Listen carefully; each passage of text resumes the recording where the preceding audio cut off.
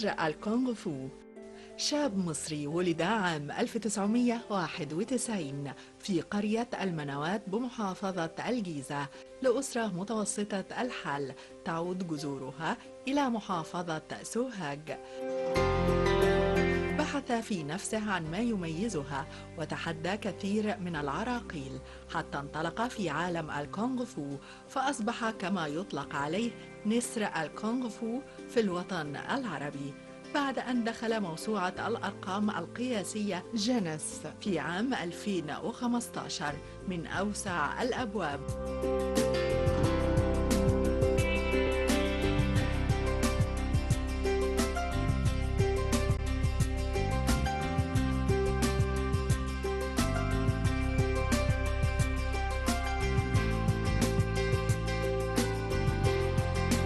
طموح البطل المصري بعد تحقيق هذا الإنجاز غير المسبوق في نشر الكونغ فو بصفة خاصة وجميع أنواع الرياضات بصفة عامة في شتى أرجاء الوطن العربي، قائلا إن سبيل نهضتنا ورقينا وطريق تمكننا من الحفاظ على رشاقة أجسامنا هو ممارسة الرياضة، فمن خلالها تتشبع نفوسنا بالروح الرياضية ونتمسك أكثر بأخلاقنا الحميدة.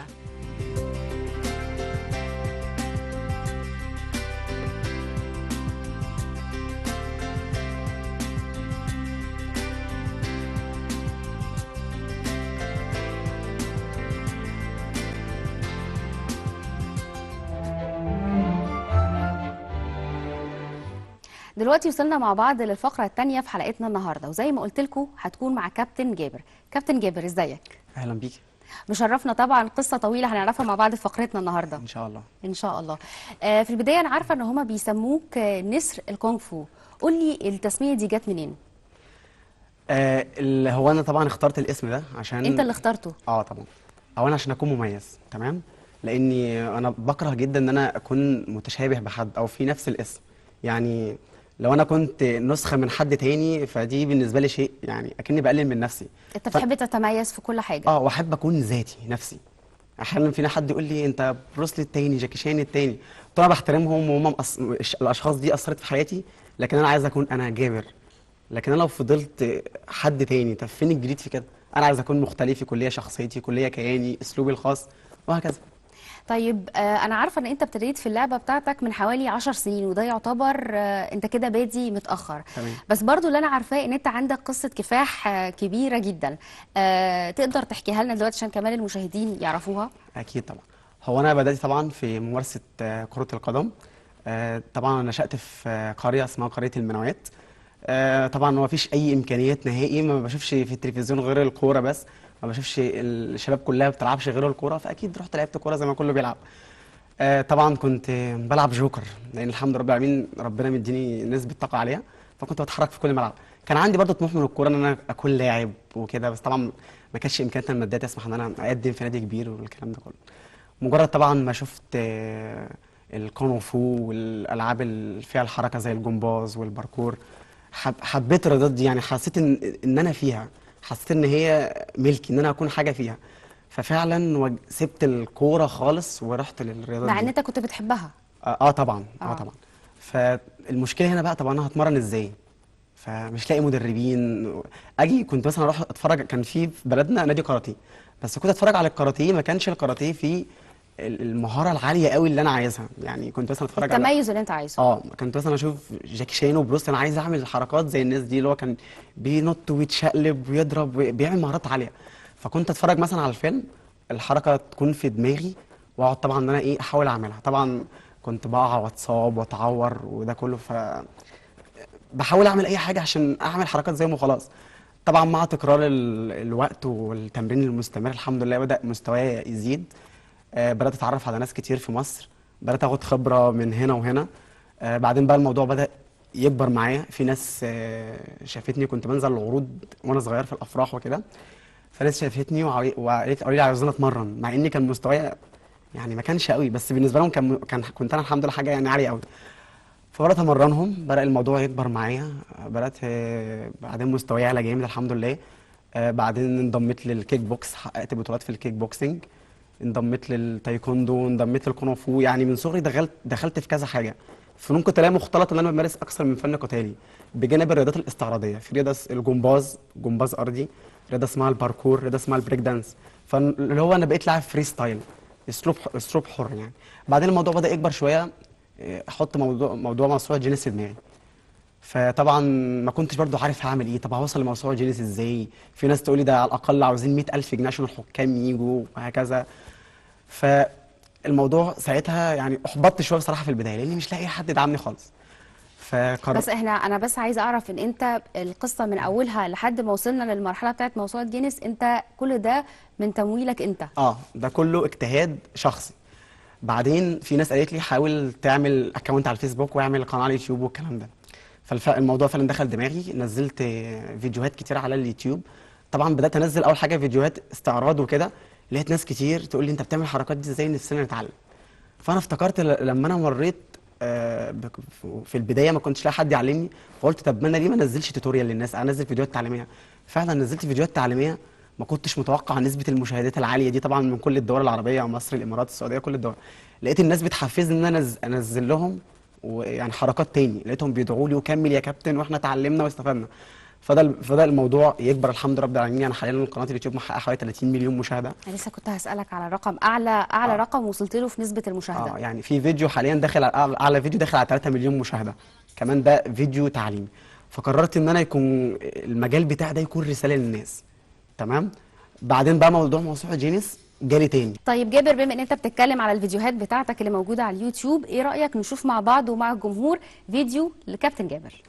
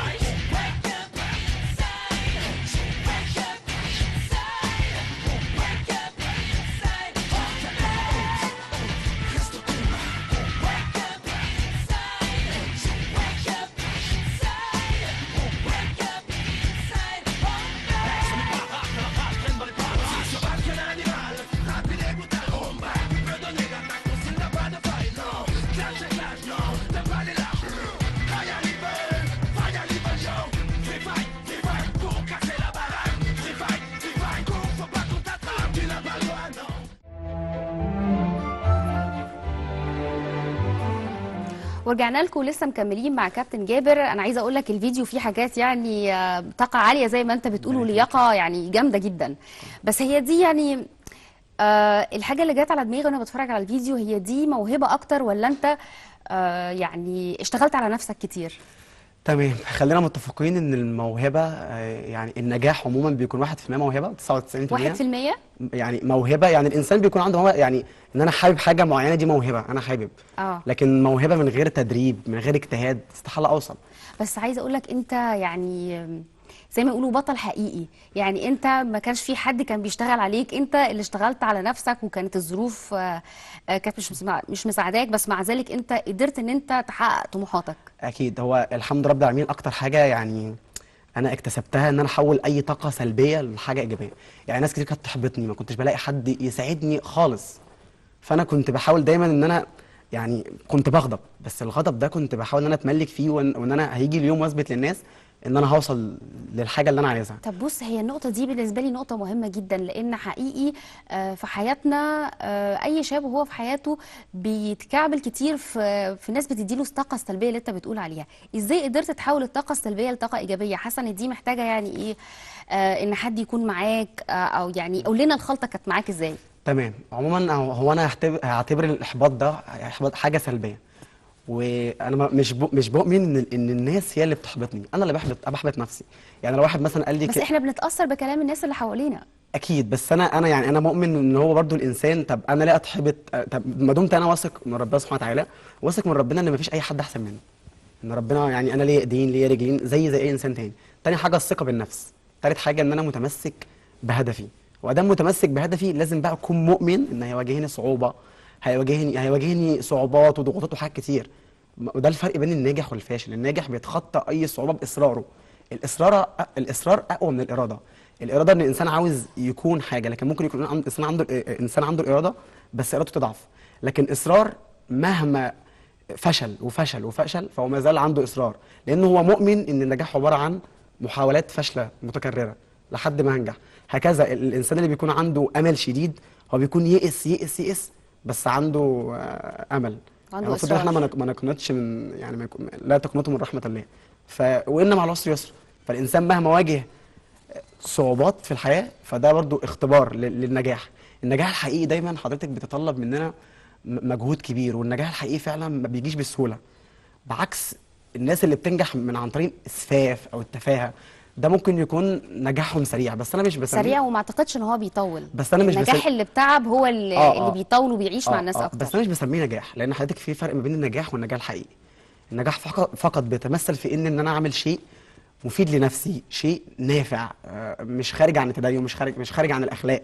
يعني شيء في سياق الاخلاق والتدين، وانه يكون شيء نافع ومفيد، زي مثلا اني اكسب بطوله، ان انا اتوظف، ان اتخرج من الكليه وهكذا. النجاح بقى الحقيقي ان انا بنجح لنفسي في شيء مفيد، بعدين بحس غيري على النجاح، بساعد غيري، بحاول ان انا اغير حياه غيري في الحاجات اللي انا عملتها المفيده بجد. فبرضه من ضمن الاهداف حضرتك اللي احنا بنسعى لها حاليا ان احنا نحاول نغير مفهوم الاكشن في مصر. الحمد لله بقى انا حاليا لسه مخلص اول تصوير فيلم، فيلم انتاج ذاتي مع اصحابي خارجين من معهد سينما. بنحاول نوري للمنتجين والمخرجين ان احنا عندنا ناس زي جيكي شان، عندنا ناس زي بروسلي، ان احنا مش عاوزين. انا خدت بالي من كلامك ان انت تقريبا متأثر جامد جدا بأبطال الاكشن في السينما. ايوه، والدليل برضه حضرتك على كلامي ان انا اتاثرت بناس مجتهده صح. ده وصلني ان انا احطم ارقام في موسوعه جينيس. ده وصلني كمان والله حضرتك في ناس جات لي تدريب معايا تقول لي والله يا كابتن احنا بطلنا مخدرات وبطلنا عادات سلبيه كتير بسبب الفيديوهات بس. يعني مجرد بس فيديوهات تعليميه، مش مجرد الناس بتتعلم، لا ده كمان غيرت حياه ناس. وكمان ان شاء الله لو لنا لقاء تاني ممكن انا اجيب ناس كده معايا، يعني مكالمه بس تعالوا ويقعدوا ويتكلموا معاك تلقائي، هم يقول لك احنا ازاي حياتنا اتغيرت. فالمجال بتاعي ده بالنسبه لي مش مجرد ان هو هوايه او احتراف، لا انا عندي الالهام من ربنا سبحانه وتعالى ان هو رساله لازم اكمل فيها واحاول ان انا اغير حياه ناس. يعني انا جات لي فرص سفر بره، بس حسيت لو انا سافرت طب ما انا ممكن اسافر واشتغل بمرتبات عاليه، بس حسيت ان انا اناني في هنا ناس طيبين كتير، طب ليه ما اكملش مع الناس واحاول اوصل لاهدافي. يعني في مقوله جميله جدا، اللي ما يعرفش يحقق حاجه بره بلد جوه بلده، اللي ما يعرفش يحقق حاجه جوه بلده مش عارف يحقق حاجه بره بلده. طب قول لي انت مين مثلك الاعلى؟ مثل الاعلى كذا حد يعني. طبعا الدكتور احمد الشقيري، ده انسان مثلي الحالي طبعا في الاخلاق. ودكتور يا ربي، اما بقى في المجال بتاعي جاكي شان، بالذات جاكي شان. ومثل الاعلى اي حد اعلى مني في مجالي. يعني انا مش هقول مثل اعلى حاجه لان يعني بتختلف. في حد مثل اعلى في الاخلاق، في حد مثل الاعلى في المجال بتاعي في اللعبه، وفي. طب قول لي كابتن جابر، يعني انت من كلامك انا حسيت ان انت عندك موهبتين، موهبة في الرياضة واللياقة والطاقة زي ما انت بتقول وحبك للرياضة، والموهبة التانية فكرك، عندك منطق كده وحكمة في الكلام. ده ناتج من قراية، شفت فيديوهات، اتأثرت بشخصية معينة، يعني المصدر جاي منين؟ تمام. هو المصدر الاساسي والرئيسي التعامل بتاعي مع الناس، لاني انا اصلا شخصيه يعتبر موهبه شارع. انا دايما يعني نشأت بتمرن في الشارع، في حوش المدارس وفي الشوارع وهنا وهنا وهنا. كانش عندي الامكانيات تسمح ان انا اتمرن في نوادي بس والكلام انت ده. بتفكر كتير مش كده؟ اكيد. فكنت لو انا كنت درست بس فقط من غير ما امر بمواقف ما كنتش هستوعب اول موقف. فكانت الاكتر من الدراسه والقرايه ان انا كنت بمر فعلا بتجارب، سواء احباط، سواء فشل، سواء حد محبط، سواء كذا، او شفت تجارب اصحابي مروا بيها، واقعد افكر في الموقف كتير. لان اللي يمر يعني فقد الشيء لا يعطيه، بجانب طبعا الدراسه والفلسفه مع التنميه البشريه مع علم النفس. لان طبعا انا مدرب فانا محتاج ده، لان في ناس بتجي لنا مختلف الاعمار.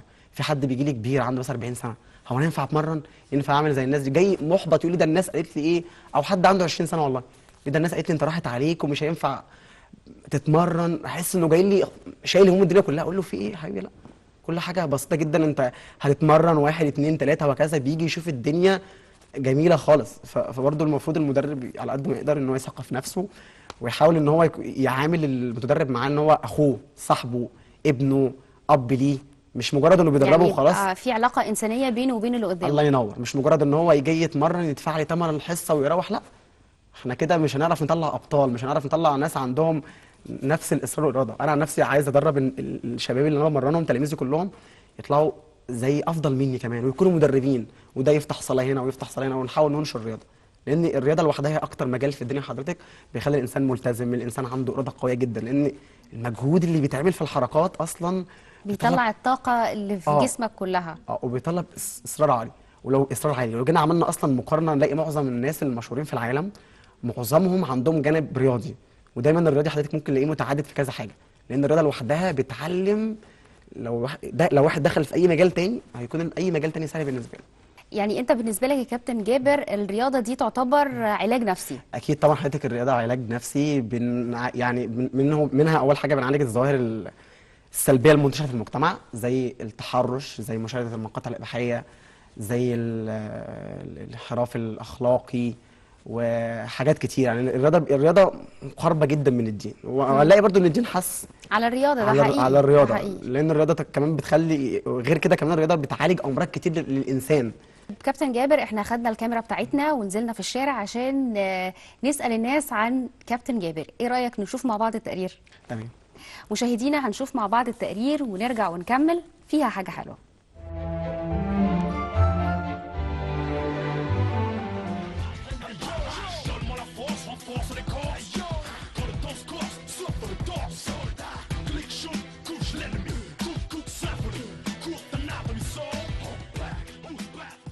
نسر جابر طبعا هو شاب مصري يعتبر مثال للثبات والعزيمة والإصرار، عدم اليأس. طبعا ان هو يفوز ببطولة، يحقق رقم قياسي ويجيب حاجة مش موجود المدرب بتاعها في مصر زي الباركور. ده أكيد مثال لينا كلنا كشباب إن احنا ما نيأسش وما نقفش في عند حد معين نقول الظروف ما سمحت لناش كده. لا، يعني فعلا أصعب ظروف هي ممكن تقف قدامك هي نفسك. والله نسر جابر ده ما شاء الله حاجة جميلة جدا وظاهرة رائعة جدا جدا. احنا ما كناش نعرف طبعا عن الرياضة ديت في مصر اللي هو عملها نسر دوت. ده فعلا ثبت ان هو بطل عظيم وحاجه كبيره جدا، وشرف يعني شرف مصر ويمكن على مستوى العالم. احب اقول له مبروك على اللي انت وصلت له دوت في موسوعه جينيس، والحاجات اللي انت وصلت لها دي، ويا رب تكمل في توصل لحاجات اكتر من كده. وانا بتفرج على حاجاتك وبحبك جدا. ان عنده لياقه بدنيه كويسه يعني كويس، يعني قدر يمشي على كوبري قصر النيل بايديه، فده في حد ذاته شيء هايل مش اي حد يعمله. طبعا احنا سعداء بالنسر جابر، ويعتبر انجاز عالمي وفرحانين بيه كمصريين كلنا. وانا بس كان ليا سؤال عنده، انت ما خفتش وانت بتعمل الموضوع بتاع اللي هو انك تمشي على ايدك على كوبري قصر النيل؟ طيب كمان برضو انا حصل معايا موقف، وانا كنت مره ماشي على السكه الحديد وسرحت شويه كده، فوقعت من فوق السكه الحديد. فانا عايز اساله هو دلوقتي، هو ماشي فوق الكوبري، كان ايه عمل ايه؟ كان ايه دماغه كانت فين بحيث ان هو ما يتقلبش من فوق الكوبري يعني؟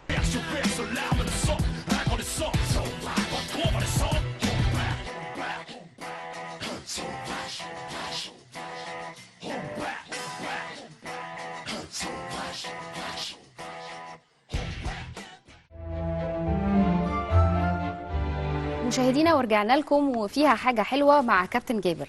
كابتن جابر، بعد ما شفنا التقرير في سؤال دلوقتي احنا عايزين نعرف، انت وانت ماشي على كوبري قصر النيل على ايديك، كان ايه احساسك وجات لك الفكرة دي منين؟ وما خفتش او ما قلقتش من الناس حواليك وتفاعلهم معاك؟ تمام. هو فعلا هي دي ممكن نقول حاجة سلبية بقى وحاجة إيجابية. تمام. احيانا الواحد من كتر بيتمرن جامد، فبيوصل لمرحلة انه بيكون عنده ثقه بالنفس عاليه قوي. يعني انت وانت بتنفذ الحركه دي على كوبري قصر النيل كان ايه، كنت بتفكر في ايه؟ طيب اول حاجه جيت اعمل الحركه كنت فعلا هقع، كنت هقع وجسمي بس اصرار كابتن آه. جابر اكيد آه. مش هيسيب نفسه ان هو يقع. فجسمي اترعش شويه، فنزلت بقى تاني. ما عندي بقى تفكيرين، همشي. لو انا مشيت كنت احس ان انا حاسس ان انا ضعيف، فرجعت وقفت كده تاني، قلت هعملها برضه. هو انا حاسس ان انا عندي القدره اعملها. فعلا عملتها ووقفت. مجرد ما انا عملتها الحركه خلاص، هو ساعتها بقى مجرد ما انا وقفت خلاص وجسمي توازن كويس وقفت كويس، خلاص كده في التملك في القدره. لكن طبعا انا ما بنصحش ان حد يعمل الحركات الخطيره دي. يعني طبعا بقى لما روحت ساعتها بقى الحاجه ما شاء الله فضلت بقى دي كانت قلقانه طبعا. طبعا بالمصري تركد عليا بقى. مش عارف مين اللي ورا الفيديو. فطبعا الحمد لله ساعتها حسيت ان انا عملت الحاجه اللي انا كنت خايف منها. فان الواحد بس يعمل الحاجه ان هو كان اللي هو انت كان كسرت حاجه جواك. حاجز الخوف كسرته. ما احبش ابدا ان انا اروح وانا حاسس بالاحساس ان انا كنت ضعيف ده. بس برضو احنا عايزين يعني عارف ايه، الفكره دي ممكن تخلي حد يعمل حاجه خطر شويه. ما هو فعلا ان انت تكسر فعلا. حاجز الخوف جواك. يعني اكيد في طريقه تانية ممكن تبقى فيها يعني عوامل الامان اكتر شويه. تمام. فعلا انا بعد الفيديو في ناس كتير جدا شافوه وانتقدوني. انت يا جابر خلي بالك في ناس كتير بتتابعك وفي اطفال بتتابعك، يا ريت ما تعملش حاجه زي دي تاني ولا حد يقلدك. ده حقيقي طبعا. فانا فعلا ما بنصحش ان اي حد يعمل اي حاجه صعبه زي كده خالص. لا اما نتمرن في النادي، لا اما نتمرن في جنينه في مكان امن. لكن الحاجات الخطيره دي يعني هي بتيجي بالصدفه كده. يعني هو انا قدر الحمد لله ان انا ما يحصلش حاجه، بس طبعا انا ضدها تماما. وانا بدات اقلل من الحاجات الخطيره دي قوي بصراحه يعني. طيب احنا لو رجعنا تاني للقصه بتاعه موسوعه جينيس، قول لي الفكره كملت معاك ازاي ووصلت الرقم كام معاهم؟ تمام. اول حاجه موسوعه جينيس ده كان طموح عالي جدا. شايف ان اساطير كلها في موسوعه جينيس. فلما تعمقت في الموضوع، موسوعه جينيس ارقام عالميه، الاسم بيتسجل في التاريخ وهكذا. بعت موسوعه جينيس على حركه اسمها الكارتويل. دي حركه عموما ان هي بتسمى العجله في رياضه الجمباز او الباركور. كان في لاعب هندي عامل 63 في دقيقه. فبعت الموسوعه جينيس. طبعا موسوعه جينيس عندهم 3 اوبشنز. الخيار الاول ان هم بيجوا ياخدوا حوالي مبلغ عالي جدا هم يحكموا الكلام ده. طبعا كان صعب جدا بالنسبه لي. الخيار الثاني ببعت لهم فلوس بالفيزا وبرده كمبلغ كبير. الخيار الثالث ان انا ابعت الموضوع كله مجانا واجيب حكام من هنا، تمام، وابعت لهم الفيديو وكل حاجه. بس طبعا لهم شروط، الفيديو يتصور بامكانيات عاليه وهكذا. طب وما لهمش شروط في الحكام؟ يعني ما هو اي حكام تجيبهم ولا انا بجيب ليهم مواصفات انا بجيب معينة؟ حكام ليهم مواصفات بقى ان انا الفيديو لازم اصوره بكاميرا عاليه جدا. لازم الكاميرا تكون ثابته على الحركه، الفيديو ما يتحركش خالص بعيد عن لازم يكون معمول. بعدين هم البيانات دي كلها بجمعها ببعتها لهم باسامي الحكام بكل حاجه. هم بيشوفوها تاني بيراجعوا عليها تاني. عملت 71 شقلبه في دقيقه. 71 يعني انت ما خدتهاش، ما وصلتش للرقم ده في لعبه معينه، هي في حركه مش في الكونفو. لا دي حركه دلوقتي، حركه واحده بس. هو مثلا في رقم، اكتر رقم في العالم متسجل، تمام، واحد عمل 63 شقلبه في دقيقه. في دقيقه الارقام القياسيه في موسوعه جينيس هو شبيه الاولمبياد. واحد مثلا بيركز حاجه معينه بيعملها بيحطم رقم قياسي بيكون اعلى رقم في العالم. انت حطمت ال 63. جبت 71. بس طبعا في الاخر ما كانش التصوير مظبوط قوي في الموسوعه، سجلته 67. الحمد لله قلت لا، طبعا اتسجلت في الموسوعه. بس لما بفكر يعني معنى كده ان يعني هي مش شقلبه كل ثانيه، دي اكتر من شقلبه في الثانيه. يعني في عدى عليك عدد ثواني كان في اكتر من شقلبه في الثانيه الواحده. انا حضرتك فضلت طبعا سنه تاهيل لحد ما بتمرن سنه. الموضوع بقى كبر في دماغي، ناس كتير تكلمني لا انت لازم تكمل وهكذا. حطيت في دماغي بقى تحطيم رقم اللاعب الايطالي. اللاعب الايطالي ده بيعمل حركه برده ضمن رياضه اسمها رياضه الباركور. رياضه الباركور طبعا دي مشهوره جدا، لعبه فرنسيه، هي شبه الجمباز كده. الحركه دي ان انا بقف على ايدي، تمام، الفيديو طبعا هينزل دلوقتي، بقف على ايدي وبلف على ايدي كده وانا واقف. اللاعب الايطالي جاب 35، الحمد لله كسرت الرقم وجبت 45 لفه. طبعا دي مش بتايم، دي بقف بلف بجيب اخر عدد بجيبه. طيب كابتن جابر، نسر الكونغ فو، احنا ان شاء الله يكون لينا لقاء معاك ولما تحطم ال 73 شقلبه اللي انت عملتها في الدقيقه، واحنا حقيقي سعداء بيك وفخورين بيك وبرياضتك وبدماغك وبتفكيرك، وان شاء الله يعني تبقى يعني اعظم حاجه في الدنيا. ربنا يخليكي، شكرا. نورتنا يا كابتن جابر. ومشاهدينا وبكده بتكون خلصت حلقتنا النهارده من فيها حاجه حلوه. مستنيين مشاركتكم معانا على صفحتنا على الفيسبوك، واي حد فيكم شايف ان عنده قدرات خاصه او حاجه جميله هو عملها يتابعنا على صفحتنا على الفيسبوك، واستنونا والحلقه اللي جايه وفيها حاجه حلوه.